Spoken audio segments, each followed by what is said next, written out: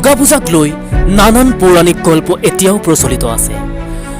এফালে মহিষাসুৰৰ উৎপাত দিনক দিনে বাঢ়ি আহিব ধৰিছিল। মাৰ্কণ্ডেয় পুৰাণ অনুসৰি দেৱতাৰ লগত অসুৰৰ ভীষণ যুদ্ধ লাগে।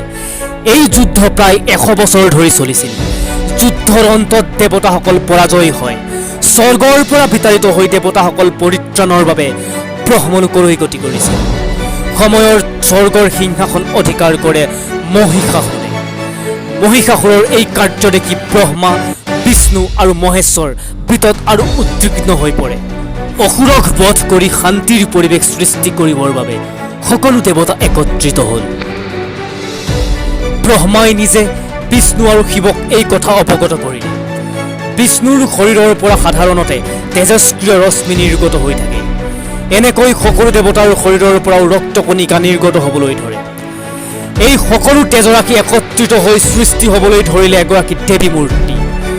শিৱৰ তেজৰ পৰা তৈয়াৰী হ'ল নাৰীৰ বদন, বিষ্ণুৰ তেজৰ পৰা বাহু, যমৰ তেজৰ পৰা কেশ ৰাশি, চন্দ্ৰৰ তেজৰ পৰা স্তনযুগল, ইন্দ্ৰৰ তেজৰ পৰা শৰীৰৰ মধ্যভাগ, বৰুণৰ তেজৰ পৰা জংঘা আৰু উৰুদ্ৰয়, পৃথিৱীৰ তেজৰ পৰা নিতম্ব, ব্ৰহ্মাৰ তেজৰ পৰা পদযুগল, সূৰ্যৰ তেজৰ পৰা পদাংগুলি, অষ্টবসুৰ তেজৰ পৰা হাতৰ আঙুলি, কুবেৰৰ তেজৰ পৰা নাক, প্ৰজাপতিৰ আঙুলিৰ পৰা দাঁত ইত্যাদি।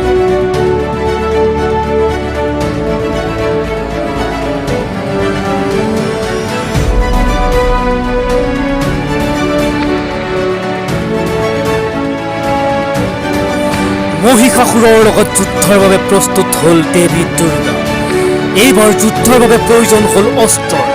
দেৱতাসকলেই যোগাৰ কৰি দিলে এই প্ৰয়োজনীয় অস্ত্ৰ। শিৱই দিলে ত্ৰিশূল, বৰুণে দিলে শংখ, বিষ্ণুৱে দিলে চক্ৰ, অগ্নিয়ে দিলে শক্তি, পৱনে দিলে ধনু আৰু তুতিতুনিৰ দেৱৰাজে দিলে বজ্ৰ। ব্ৰহ্মাই দিলে মালা আৰু কমণ্ডলু। অস্ত্ৰৰ লগে লগে অলংকাৰেৰেও দেৱীক বিভূষিত কৰা হ'ল।